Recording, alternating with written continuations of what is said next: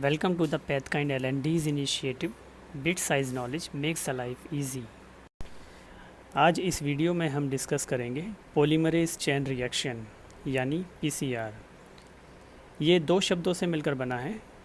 Polymerase जो कि एक एंजाइम है जो किसी मॉलिक्यूल का पॉलीमर बनाता है, जो कि इस केस में एक डीएनए या आरएनए होता है, एंड चेन रिएक्शन जो कि एक कंटिन्यूस रिएक्शन है, जो हर एक रिएक्शन के साथ मॉलिक्यूल की दोगुनी कॉपीज़ क्रिएट करती जाती है। मीन्स 1 से 2, 2 से 4, 4 से 8 एंड 8 से 16 and so on. So in simple words, PCR एक ऐसा प्रोसेस है जिससे हम एक टारगेटेड डीएनए फ्रेगमेंट से कुछ 100 रिएक्शंस के बाद billions of copies of DNA produce कर सकते हैं। बट द क्वेश्चन अराइजेस कि हमें बिलियंस ऑफ कॉपी क्रिएट करने की ज़रूरत क्या है। सो पीसीआर के बहुत सारे यूजेस होते हैं। उसमें एक बहुत इंपॉर्टेंट यूज़ होता है इन्फेक्शन को डायग्नोस करना। जब हम कोई स्पेसिमेन कलेक्ट करते हैं तो उसमें वायरस या बैक्टीरिया की बहुत कम क्वांटिटी को भी उसके डीएनए को एम्पलीफाई करके पता लगाया जा सकता है कि ये किस तरह का बैक्टीरिया या वायरस है। सिमिलरली पीसीआर का use crime investigations, genetic research and molecular biology में भी किया जाता है।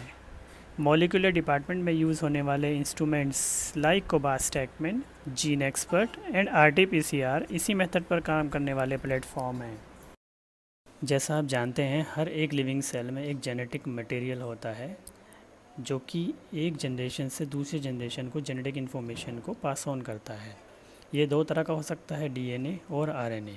डीएनए एक डबल स्ट्रैंडेड मॉलिक्यूल है और आरएनए एक सिंगल स्ट्रैंडेड मॉलिक्यूल होता है। तो आरएनए वायरसेस जैसे कि SARS, Covid, hepatitis C, E, and HIV, ये कुछ प्रकार हैं। DNA viruses hepatitis B and mycobacterium tuberculosis bacteria भी डीएनए को कंटेन करता है।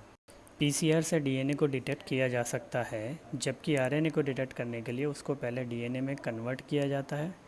इस मेथड को कहते हैं आरटी-पीसीआर यानी reverse transcriptase polymerase chain reaction. उसके बाद सेम पीसीआर मेथड से डीएनए की कॉपीज़ क्रिएट की जाती हैं। Now let's see the PCR process.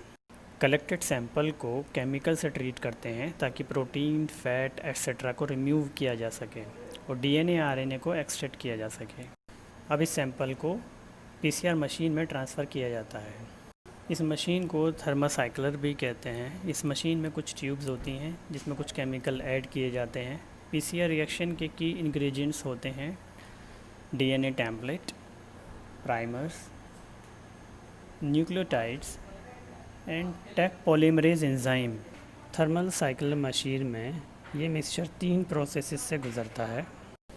Number 1, denaturation, जिसमें सैंपल डीएनए को हाई टेम्परेचर पर डीनेचर या सेपरेट किया जाता है, जिससे हमें 2 सेपरेट सिंगल स्ट्रैंडेड डीएनए मिलते हैं।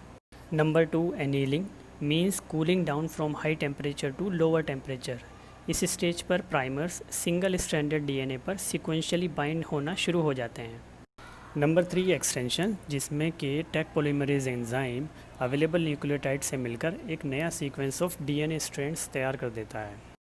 नाउ ये 3 स्टेप साइकिल एक चेन रिएक्शन की तरह बार बार रिपीट की जाती है और हर एक साइकिल के बाद हमें डीएनए फ्रैक्शंस दुगनी क्वांटिटी में मिलते जाते हैं।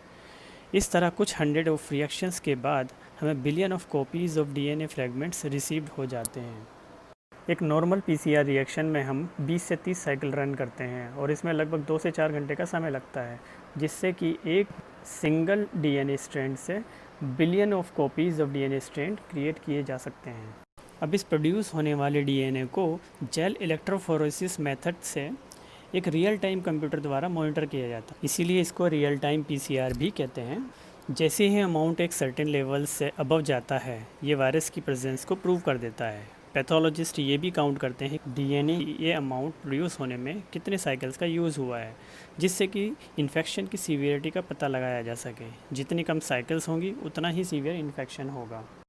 आरटी-पीसीआर टेक्निक बहुत ही सेंसिटिव और स्पेसिफिक टेक्निक है जो कि फास्टर और एक्यूरेट रिजल्ट्स देती है, जिससे कि कंटेमिनेशन और एरर होने के चांसेस बहुत कम होते हैं। लेकिन एक्यूरेट रिजल्ट्स के लिए प्रॉपर सैंपल कलेक्शन होना बहुत ज़रूरी है। सैंपल्स में पैथोजन की प्रेजेंस कंपलसरी है, जिससे कि न्यूक्लिक एसिड को सेपरेट किया जा सके। उम्मीद है इस वीडियो से आपको RT-PCR को समझने में हेल्प मिली होगी।